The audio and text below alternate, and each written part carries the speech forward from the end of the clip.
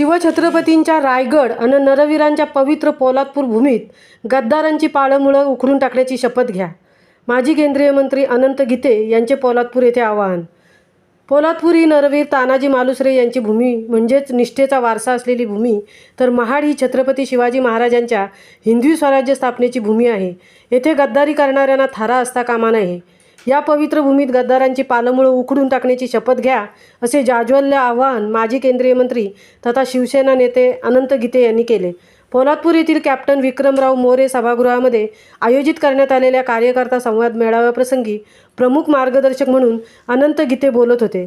याप्रसंगी व्यासपीठावर दक्षिण रायगड संपर्क प्रमुख संजय कदम, महाडच्या माजी नगराध्यक्षा स्नेहल जगताप, महाड विधानसभा संपर्क प्रमुख अमित मोरे, जिल्हा समन्वयक बळीराम घाग, राजिमस बँकेचे संचालक हनुमंत जगताप, जिल्हा प्रमुख अनिल नवगणे, दक्षिण रायगड महिला संघटिका डॉक्टर स्वीटीताई गिरासे, शिवसेना उपजिल्हा संघटक बाळ राऊळ, युवा नेते सोमनाथ ओझरडे, धनंजय देशमुख, माजी रायगड जिल्हा परिषद सदस्य मुरलीधर दरेकर आणि अनिल नलावडे, शहर प्रमुख निलेश सुतार, ज्येष्ठ मार्गदर्शक अनंत पार्टे, नगरपंचायतीचे विरोधी पक्ष नेते दिलीप भागवत, दिघे मॅडम, माजी नगराध्यक्षा अश्विनी गांधी, तालुका प्रमुख अनिल मालुसरे, तालुका संपर्क प्रमुख सतीश शेलार आदी मान्यवर उपस्थित होते.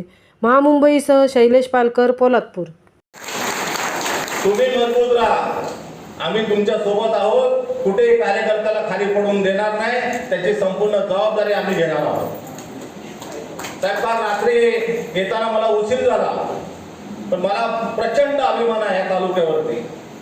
रात्री येताना या शहरामधील अमरनगरकर कुठे आहेत का इथे? आता हे आहे साहेब. रात्री त्या पोलवरती एकटाच झेंडा बांधत होता. मी गाडी पाहिला, कोण झेंडा बांधतोय? तर अमर होता. उतरलो मी. म्हणजे असे कार्यकर्ते ह्या तालुक्यामधून या शहरामधून आम्ही उभे करतोय आणि हे कार्यकर्ते ह्या तालुक्याचं भविष्य आहे.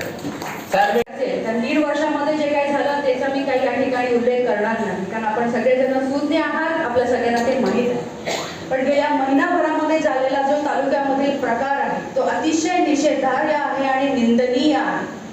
ज्या प्रकारे या ठिकाणी आपण गद्दारी करून जे बाहेर पडलात आणि वर त्या ठिकाणी खरी शिवसेना कोण हे दाखवण्याचा सुद्धा ही जी मस्ती आपण या ठिकाणी दाखवत आहात, हीच मस्ती उतरवण्यासाठी म्हणून आदरणीय गीते साहेबांच्या माध्यमातून आम्ही सगळेजण या ठिकाणी साहेब फार काही बोलणार नाही, पण या माध्यमातून निश्चित यापुढे महाराष्ट्राची जनता बोलणार, जनता बोलणार.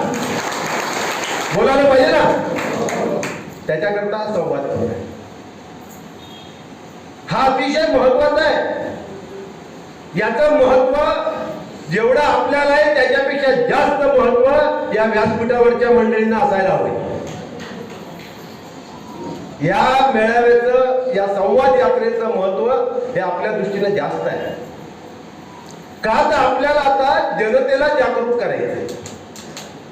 करायचं ना.